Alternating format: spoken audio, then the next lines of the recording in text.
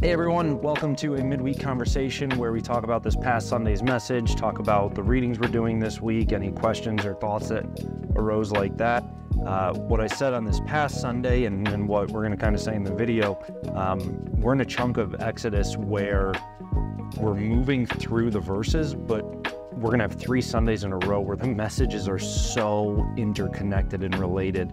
Obviously, they're all interconnected and related because it's scripture and it's the same book of the Bible, but these are 3 really where there is, like, in this past Sunday's message, I referenced the upcoming messages, and this week's message I'm going to reference back and reference forward. And so the same thing is going to kind of be true of these midweek videos where we're going to wind up having conversations that are very much dependent on the sermon that already took place or the conversation that already took place, and we're going to reference to the one that's coming up.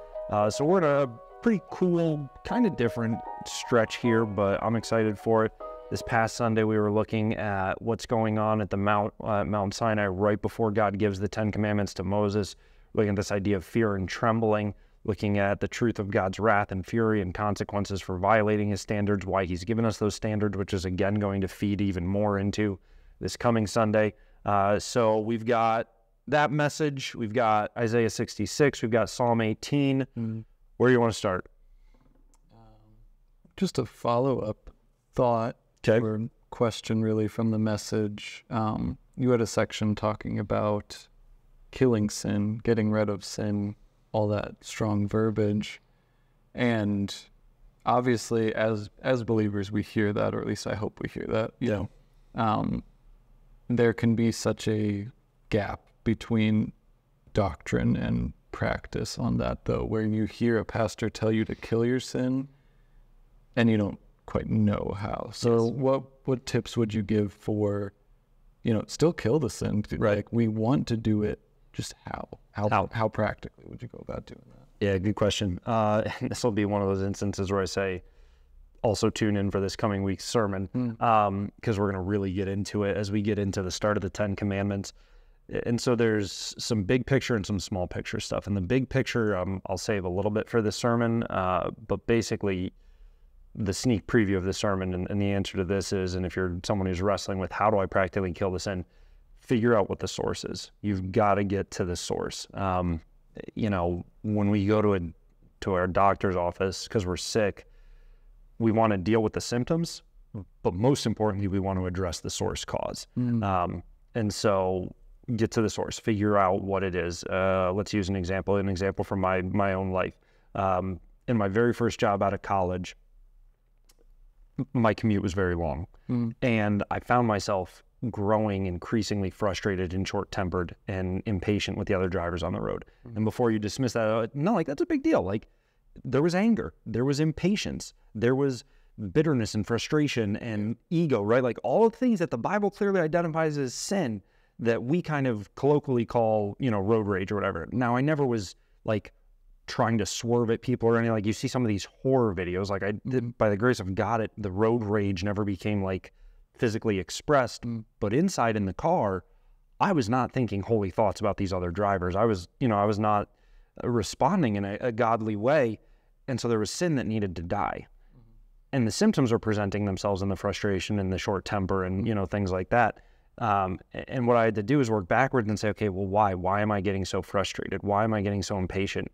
And through prayer, through reflection, through God convicting me, where I eventually got to was a realization of like, oh man, there's an underlying heart of arrogance that assumes other people should get out of my way. Yeah. Like, that my drive is more important than your drive.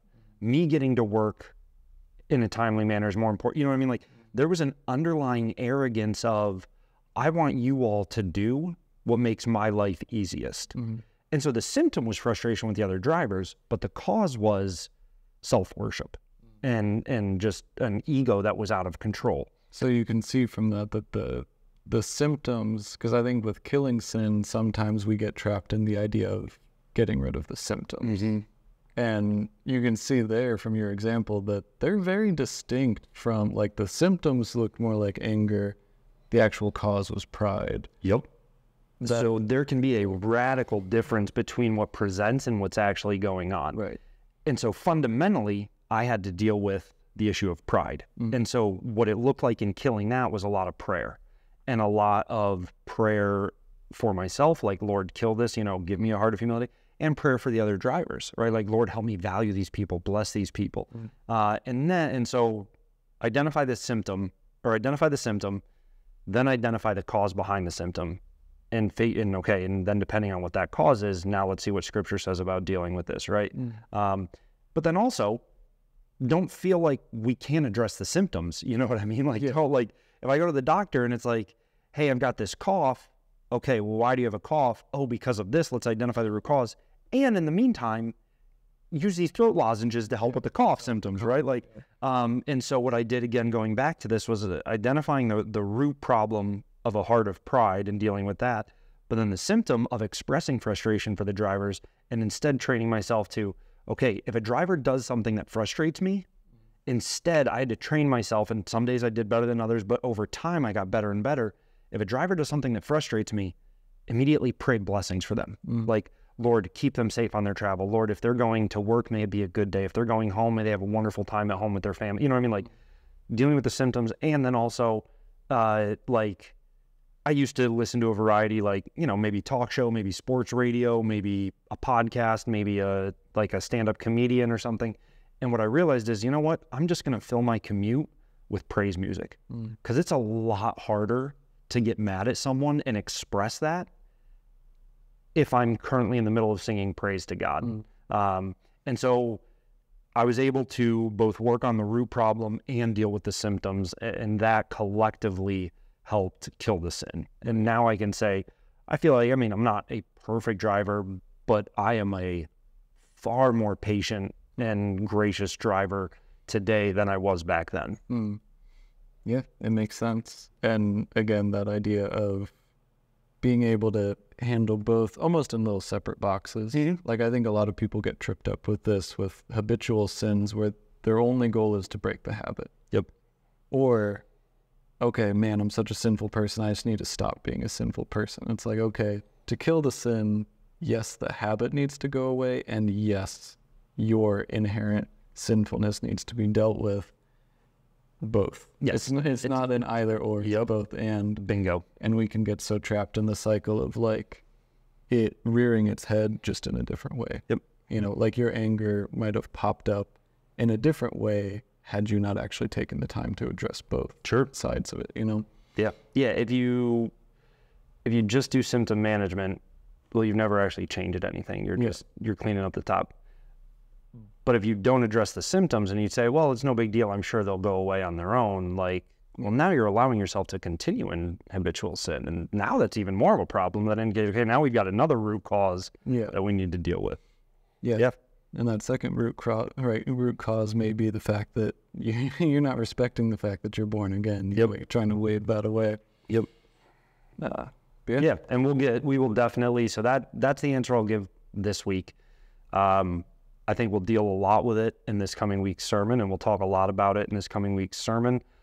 So if you're watching this and this part of the video particularly resonates with you, tune in on Sunday for the message. Either join us in person or online if you can't be here in person.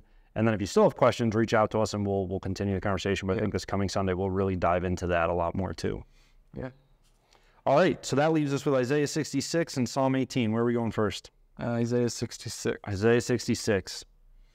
And really, my main thought from this passage ties into the sermon, not to undercut the passage itself, because it is an incredible passage, but as people read this and notice its direct tie to the sermon, which will probably be most firm in verse 24, which says, "And they shall go out and look on the dead bodies of the men who have rebelled against me, for their worm shall not die, their fire shall not be quenched, and they shall be an abhorrence to all flesh." Yeah, there's very real consequence to sin. Yeah, and in your sermon, you summed it up as God isn't joking, right? As believers, sometimes we can almost act like he is. Like, he's not serious. He's not serious. All that judgment. It's not going to be as bad as we think. It's not going to be as bad. It's going to be worse. Yeah, we really like 2 Peter 3, right? Like, he's patient with everyone. So reading that, God isn't joking. You said it, and it's very plain here. on top of that, hell isn't temporary. And so as we're reading that this week, what do we do with that? What does it look like to live with the reality that God's not joking? That God's not joking, and the reality that hell isn't just this temporary, there's not this second chance. It's not annihilation. They experience it. Yeah, because that was part of the point of God's not joking. Like, God's not joking. Consequences are coming, and they're horrifying. Right. Like, how do we live with that reality? How does it impact our reality? Another good question. And I kind of got into this in the sermon a little bit, right, when I was like, if this doesn't fill you with a zeal for evangelism, like, I don't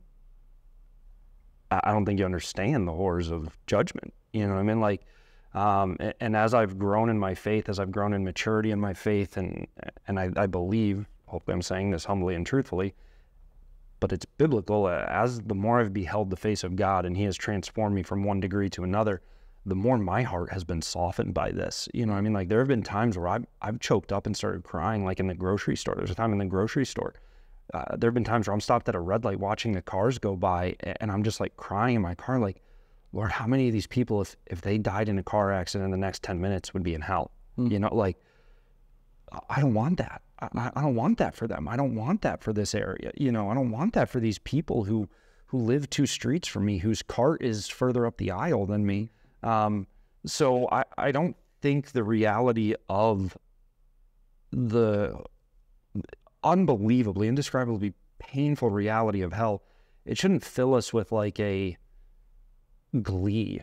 It shouldn't like, haha, those dirty sinners are going to get theirs, right? Like a Christian arrogance. Yeah, it shouldn't fill us with a Christian arrogance. It shouldn't fill us with a glee. It shouldn't fill us with a despondency. It shouldn't fill us with like it should fill us with a holy grief and a fire to spread the gospel. Like, okay, I have such a short window of life, right? You look at human history. I have such a short window of life.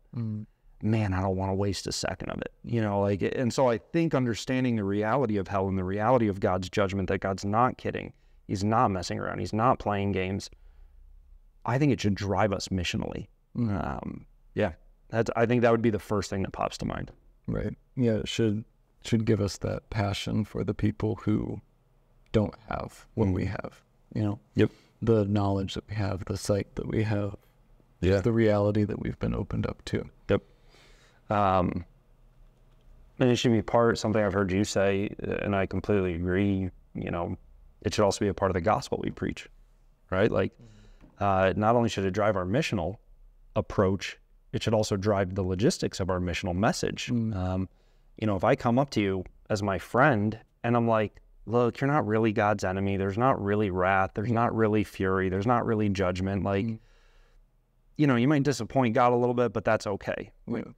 No, all I'm doing is making sure you die unaware. Like, now I have actually done you a disservice. I'm not doing you a loving, kind thing by pretending like hell's not real. I'm doing you a disservice by pretending like hell's not real. Yeah, you can't do the classic, Jesus loves you so much, bro. And then walk. That's it. That's all you need to know. Like, it's got to give us a fire for the gospel and to share it, and it's got to give us a reality check of, okay, what message are we actually sharing and proclaiming? Which, again, we're going to get into more, not this Sunday, in 2 Sundays, in 2 weeks. I told you, these 3 messages, and they're all like a big, beautiful bowl of spaghetti. You pull one noodle and 4 more come with it. Yeah, I heard Paul Washer say, which he's a famous missionary, reformed missionary, and someone asked him how he presents the gospel, and he says, I have to start with God, because sin isn't an issue unless we know who God is. Yep. And he was talking about how, trying to tell someone they're sinful, they're just like, who cares? But you get into the holiness of God, and in light of that, the justice of God and the wrath of God, and all of a sudden, your gospel presentation has weight, because you're not just telling someone that they're doing something wrong, you're telling someone that there is an eternal good, an eternal right, and they are eternally wrong. And I think that's a big component. There is eternally, and something we said in the message, and I'll reiterate here for anybody who missed it, like, we love to celebrate God's mercy, but we have to recognize that God's mercy inherently proves God's wrath, because if there's nothing to be merciful from, then there's no such thing as mercy. You know what I mean? Like, you can't extend mercy if there's nothing that the person should have received instead. Yeah. And that's the literal definition of mercy. We can't rob God of one of his characteristics in our own gospel presentation. Which is definitely something we're getting at in 2 weeks. Yeah, so then I am right earlier when I said 2 weeks. That is definitely something we're getting at in 2 weeks of, but I'm getting ahead of myself because I'm really excited for that message as well. Yeah. And I don't want to totally get into it. Well, let's, we got thoughts from Psalm 18. Let me do one quick thought from Psalm 18.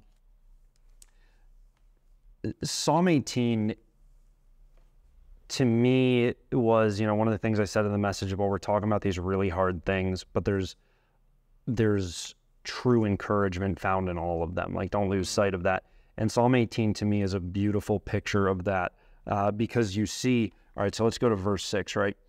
Or actually, let's go to, so the sermon, we talked about creation, like the mountains trembled at the presence of God, right? Yeah. And we talked about when you're like, whoa, God has the power. And so there's a very real fear of crossing that power. And oh man, if he's ever angry at me, that's not good. So you've got verse 7, right? The earth reeled and rocked, the foundations trembled and quaked because he was angry. Smoke went up from his nostrils, devouring fire from his mouth. He bowed the heavens. He made darkness his covering, hailstones, coals of fire, thunder. Like, if you listen to the sermon, you'll immediately see that, just that unbelievable omnipotence and force of God's wrath, right? Like, it, and something you're like, whoa, man, that's heavy, that's dark.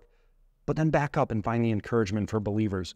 Verse 6, in my distress I called upon the Lord. To my God I cried for help. From his temple he heard my voice, and my cry to him reached his ears. So what caused God to come out with all this power and fury? To come to the rescue of his people.